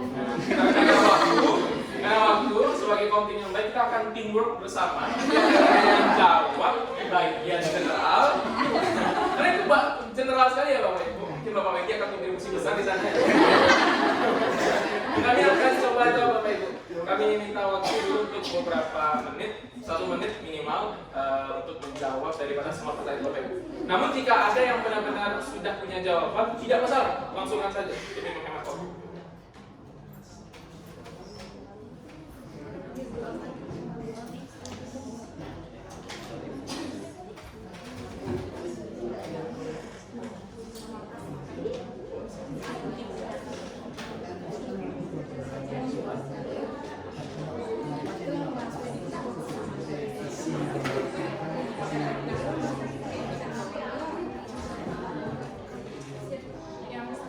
Bapak Ibu ini duduknya sudah terkelompok.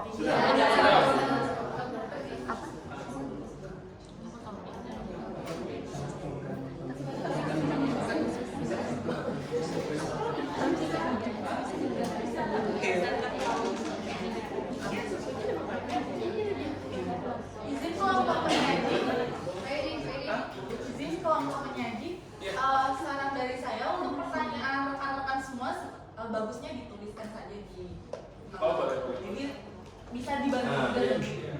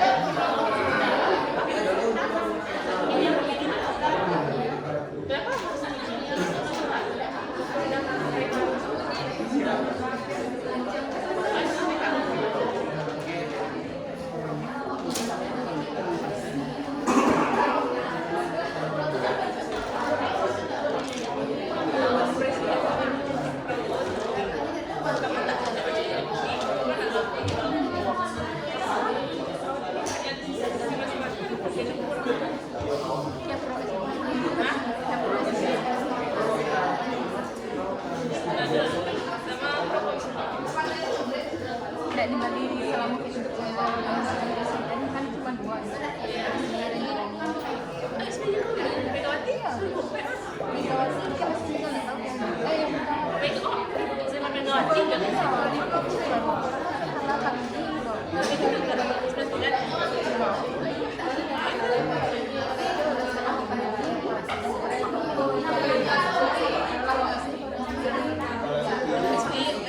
Attentionnya Bapak Ibu. Oke. Kita akan coba jawab dari pertanyaan Ibu Noni. Ibu Noni kelompok dua. Dari case permasalahan peserta didik hari ini, apakah ini kegagalan daripada pendidikan kita atau dari peserta didiknya sendiri? Lalu bagaimana tindakan kita menyikapinya ini? Kami akan buka pula tampak dari Bapak Ibu setelah kami mencoba menjawab ini. Nah, pertanyaan ini akan langsung dijawab oleh Ibu Husna dan Ibu Nisa. Pada Ibu Husna yang pertama, kami silakan. Assalamualaikum warahmatullahi wabarakatuh. Baiklah, di sini saya akan mencoba menjawab pertanyaan dari Ibu Noni. Di mana pertanyaannya ada 2 ya. Yang pertama, apakah sikap dari siswa yang sama-sama kita ketahui pada saat sekarang ini yang sangat menantang gitu ya sikapnya. Ada yang ya sebagaimana kita ketahui waktu zaman kita PPL kemarin, nah itu menjadi tantangan bagi kita tersendiri. Sewaktu kita menghadapi mungkin adik kita waktu kita SMP belajar ngajarin mereka gitu ya, itu sangat berbeda dengan siswa-siswa yang kita hadapi pada saat sekarang ini. Nah itu sikap yang seperti itu apakah menjadi tolak ukur dari kegagalan pendidikan itu sendiri. Nah menurut pendapat dari kelompok kami setelah melakukan diskusi, nah itu bukan merupakan tolak ukur dari kegagalan pendidikan Indonesia. Nah kenapa? Itu lebih ke jati diri peserta didik itu sendiri. Nah, gitu. Tugas kita sebagai seorang pendidik menyampaikan, kemudian mengarahkan mereka ke arah mana sikap yang lebih baik. Nah, itu dikembalikan kepada mereka sendiri bagaimana implementasinya setelah kita arahkan, setelah kita didik. Nah itu bukan lagi tanggung jawab kita. Nah tanggung jawab kita memperbaiki mereka, selalu berada di samping mereka untuk selalu berada di sikap bagaimana yang kita inginkan. Nah, seperti itu. Namun hasil dari sikap itu sendiri, apakah itu baik, apakah itu buruk, nah itu bukan merupakan tolak ukur dari sikap yang telah kita tanamkan. Mungkin untuk pertanyaan selanjutnya, tambahan selanjutnya akan dijawab oleh rekan saya, Anissa, kepada Kak Nisa. Baik, terima kasih kepada Isna. Di sini saya coba menambahkan sedikit dari pertanyaan Ibu Noni. Ya, kalau kita lihat sekarang, memang generasi sekarang itu jauh berbeda. Ya, ketika pertama kali saya PPL kemarin, PPL 1, ketika masuk kelas itu melihat shock dengan anak-anak, kepribadian anak-anak seperti itu. Jadi yang kita ingatkan kepada mereka adalah adab sebelum ilmu, kemudian adalah ilmu sebelum amal gitu. Adabnya yang pertama. Namun dengan adab-adab sikap-sikap anak seperti itu, apakah itu menjadi tolak ukur kegagalan dari pendidikan sebelumnya gitu. Tidak bisa kita salahkan kurikulum sebelumnya. Kurtilas itu juga sudah memberikan yang terbaik dalam hal pendidikan pada waktu itu. Dia sudah menjelaskan tentang spiritual, afektif, psikomotor dan kognitif gitu. Jadi kalau dengan generasi sekarang itu kan menurut kami bukan kegagalan dari pendidikan. Penguatan karakter. Penting adanya penguatan karakter dari akar rumput mengenai nilai-nilai yang mencerminkan adab dan kultur bangsa Indonesia, yaitu seperti tercermin dalam Pancasila. Jadi kita harus memberikan dengan sikap anak seperti ini, bagaimana sih cara kita sebagai seorang guru, ya, terkhusus di abad 21 ini untuk mewujudkan propela seperti kata Ibu Syafni tadi, dengan adanya TikTok, kata Ibu Fira, atau Ibu Fira ini kan kayak TikTok yang lain-lain itu bermasalah pengaruh kepada sikap generasi sekarang. Gimana sih caranya? Caranya kan kata kejadian antara itu kata dalam kita dengarkan didiklah anakmu sesuai dengan zamannya.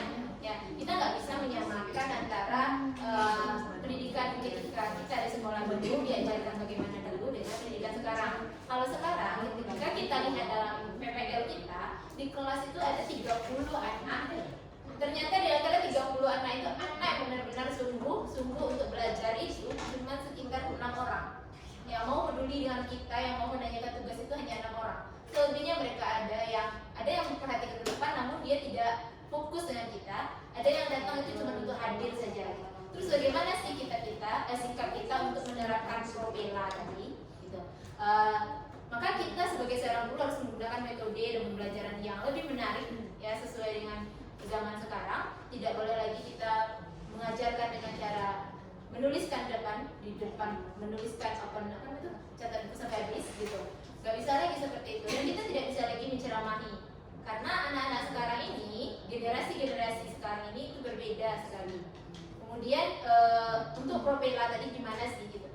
ProBella yang tadi itu sudah disampaikan tadi, memang dari menghasilkan proyek-proyek gitu, seperti proyek yang bertema-tema yang tadi. Ternyata berbeda loh kemampuan anak yang kita lihat di dalam kelas. Ketika mereka mengerjakan proyek, itu kemampuannya anak yang tidur tadi itu lebih aktif karena dia mau. Zaman sekarang itu kebanyakan mereka itu tertantang untuk melatih soft skill-nya. Mereka tidak mau duduk lagi mendengarkan apa yang disampaikan guru, tapi mereka mau bergerak. Ya, cara kita sekarang adalah bagaimana agar mereka itu mau bergerak untuk menyampaikan dan menghasilkan kreativitas yang mereka miliki. Jadi itu dari saya. Baik, terima kasih. So, poinnya adalah ekonomi yang perlu kita ketahui di sini, ini bukan berkaitan dengan pendidikan kita. Dan yang kedua adalah bagaimana kita mampu mendidik anak ini sesuai dengan tuntutan zamannya. Penting pula kita kolaborasi dengan keluarga, ya. Karena sekolahnya mereka bukan hanya publik di tempat biasa dan juga ada di keluarga. Kedua sebenarnya ada di kita. Jujur saja, kalau seandainya kita mampu sadar yang benar-benar besar dari seorang guru itu, maka kita dengan segenap rendah hati apapun keadaannya yang berbeda dari zaman ke zaman, kita tetap akan menjawab tantangan itu. Kalau kita pun sebenarnya sudah tahu jawabannya, tapi untuk implementasinya itu sulit sekali. So jawabannya ada di Bapak Ibu guru sekalian. Oke, Bapak Ibu sekalian, saya tanya terlebih dahulu ke Prof dan Ibu, karena waktu kita tinggal 5 menit lagi, dan kita masih ada 2 pertanyaan. Bagaimana sebaiknya kita akan jawab sebisanya. Nanti kalau seandainya mungkin tidak terselesaikan, kami akan coba kasih jawabannya melalui grup chat kita. Kalau ada tanggapan silakan.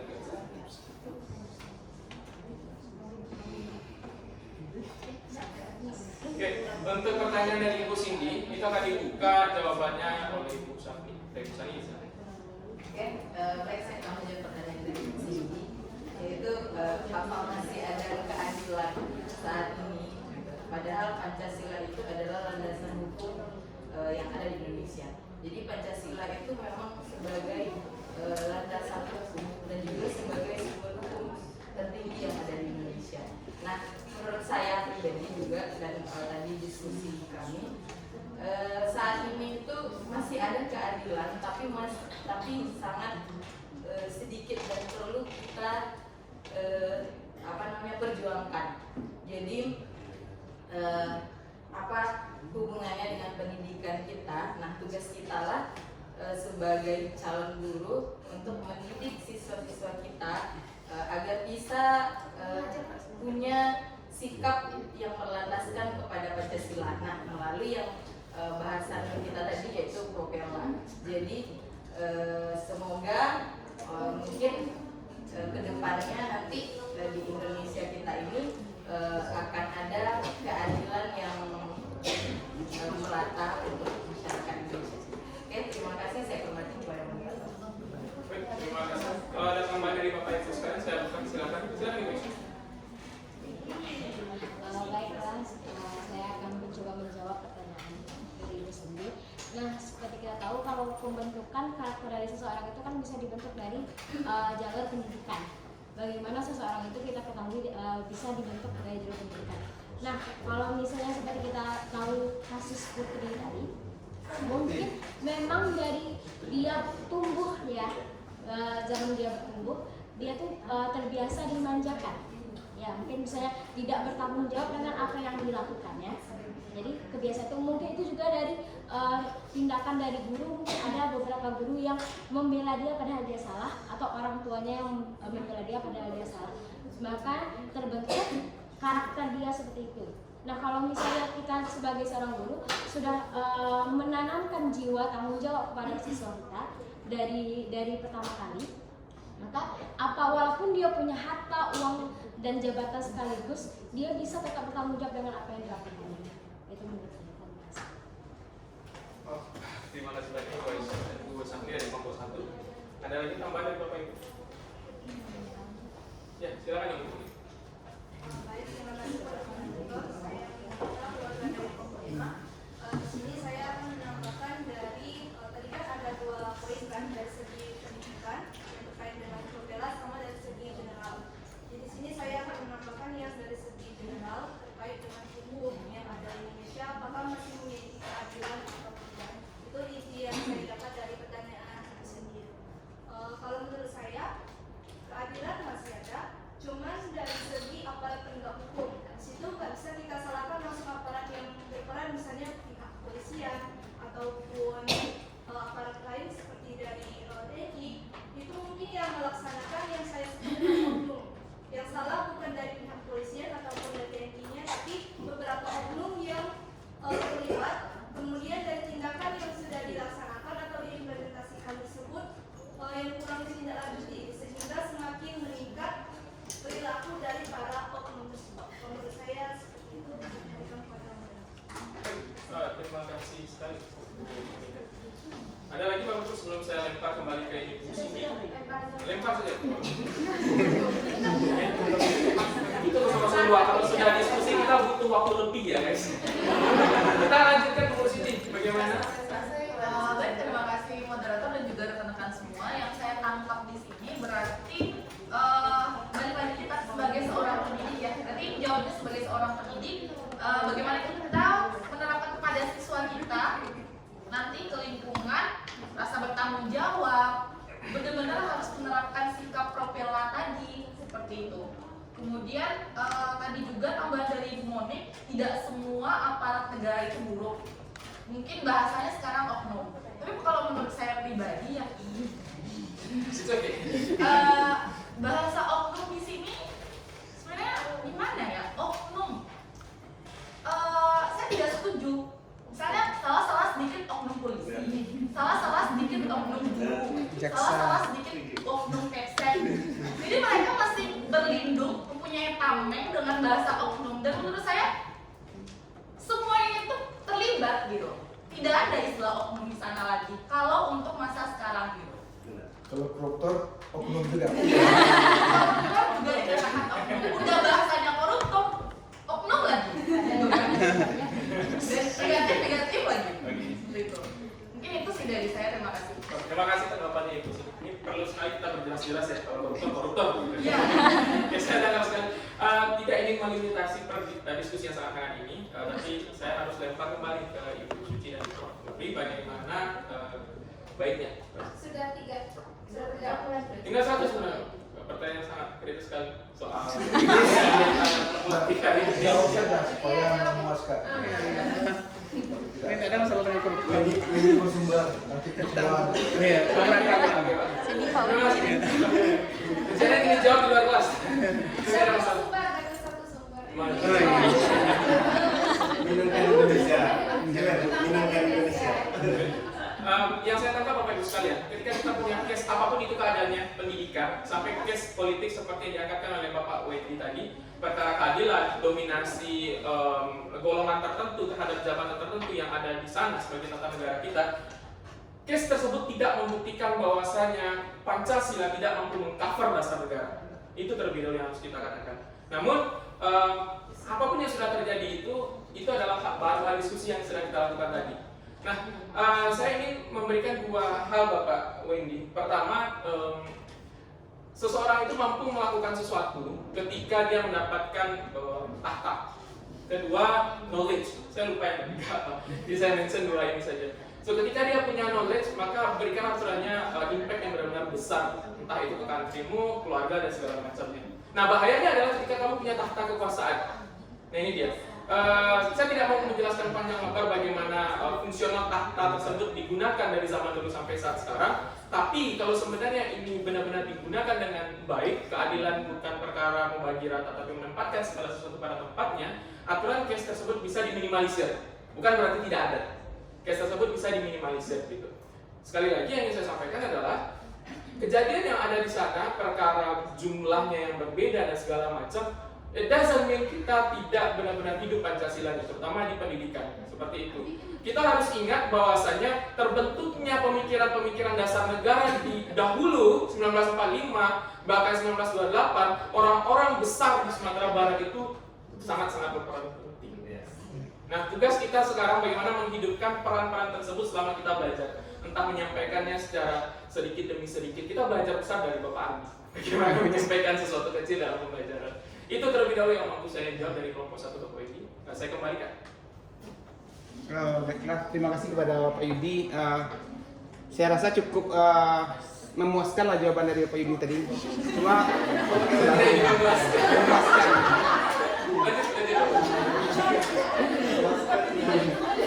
Jadi itu tanggung jawab. Saya bukan di sini itu saya bukan ingin meminangkan atau apa, tidak ada di sini seperti pernyataan dari Pak.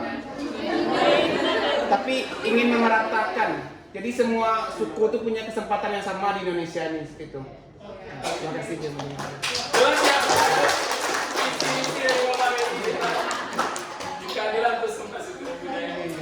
Oke Bapak Ibu, terima kasih atas segala perhatiannya. Maka sangat penting sekali kita pahami betul sebagai guru makna daripada identitas Pancasila ini dan bagaimana jalan yang terbaik untuk menerapkannya ketika kita mengajar nantinya. Entah itu hal-hal dasar seperti tanggung jawab, bagaimana menumbuhkan anak bisa mandiri dan kreatif dengan caranya sendiri, bukan lagi diajarkan secara on point begitu saja.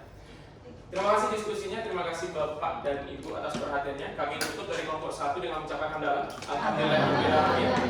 Assalamualaikum warahmatullahi wabarakatuh. Baik Bapak Ibu, terima kasih ya untuk partisipasinya pada hari ini.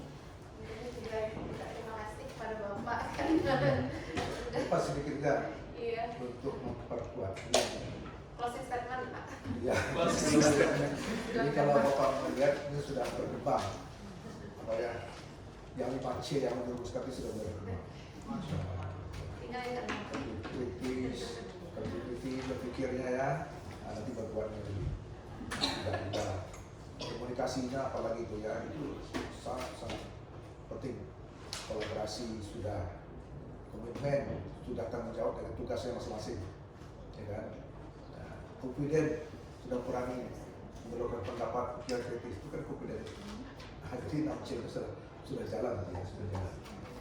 Ada yang mau Bapak sampaikan, memang Pancasila ini sebenarnya tidak bisa diajarkan sebagai pengetahuan. Dia bisa dicontohkan, diteladankan. Itu yang kenapa gagal Pancasila dulu Perumati, karena tidak ada diteladankan contohnya, pemahaman sudah habis. Ya. Coba nanti cari 36 butir Pancasila itu luar biasa. Hebatnya 36 butir Pancasila itu.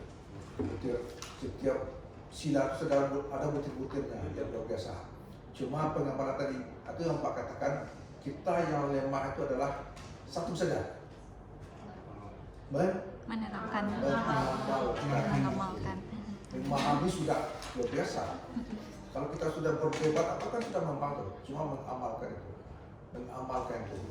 Termasuk yang kita langkah susah, yang menjadi suri teladan yang bisa. Nah, jadi menuju kepada itu, kita nanti kan berhadapan dengan anak-anak didik kita. Ya, contoh-contoh yang salah itu perlu juga disesuaikan. Ini contoh yang salah, ini contoh yang benar yang akan Anda ikuti. Nanti Anda akan jadi generasi inilah yang Anda lakukan. Nah, jadi contoh yang salah, ya seperti ketidakadilan. Itu perlu dicatat. Apa contoh apa? Pembunuhan yang diselimuti, korupsi yang dilindungi misalnya, itu contoh salah. Nah, fakta seperti itu perlu untuk contoh. Dan buat juga cari juga contoh yang baik. Nah, ini contoh yang baik, ini. Nah, ini nanti yang akan Anda ikuti. Ya, nah, jadi memang kita harus belajar dari contoh. Kalau komunikasi saja, ngomong saja tidak ada contohnya, nggak mau. Carilah contoh-contoh yang konkret yang dia bisa lihat, saksikan. Itu namanya kontekstual tadi, yang dia pernah dengar, lihat, saksikan, ini contoh. Ini contoh yang salah. Apa yang salah? Contohnya nih, ini koruptor ini profesor koruptor, ini doktor koruptor, ini putri terbaik besar koruptor. Salahkah pendidikan? Adakah pendidikan mengajarkan koruptor? Tidak. Tidak. Kenapa dia jadi koruptor sana? Apa yang salah? Jadi manusia itu dibentuk juga oleh lingkungan. Antara lingkungan dengan jati diri tadi yang disebut tadi, itu sama-sama kuatnya itu. Bisa kalah jati dirinya ketika berada Dengan lingkungan yang tidak. Jadi dia berada pada lingkungan, kesempatan ada, hilanglah jati diri. Memang jati dirinya kurang kuat. Nanti sebenarnya ya, nah, yang perlu. Jadi artinya pendidikan itu gagal. Tidak pendidikan saja gagal, karena yang bertanggung jawab pendidikan itu mulai dari orang tua, sekolah, pemerintah, masyarakat, media. Itu faktor bertanggung jawab pendidikan itu. Ini tidak bisa pendidikan ini dikatakan gagal saja. Banyak faktor yang, yang media itu luar biasa itu pengaruhnya. Kalau tidak ada, ini peran berpikir kritis tadi itu, media yang apa itu, mana yang baik, mana yang tidak baik. Jadi memang yang 6C itu ya sudah perlu diamalkan sebenarnya. Itu baru amal. Ya. Itu closing statementnya Bapak ya. Ini luar biasa nih. Jadi telah dirangsang apa itu, wah bagus ini. Jadi sih biasanya pegang muter hadir Pak. Ya. Dipanggil nama, apa pendapatnya, dipanggil nama, pendapatnya bisa. Jadi nanti juga kalau misalnya sudah bagus komunikasi ini, latih lagi menulis, karang tulis. Nanti Bapak itu muncul di media massa, itu lebih hebat lagi ke depan itu. Ya. Berpikir kritis yang muncul di media massa. Sekarang kan orang pendidikan kan tidak banyak menulis ya, kita kalah di situ, jadi perlu yang berbakat menulis, kembangkan itu menulis, berkomunikasi dengan tulisan. Jadi itu aja. Kita foto bersama dulu Pak. Oh, iya.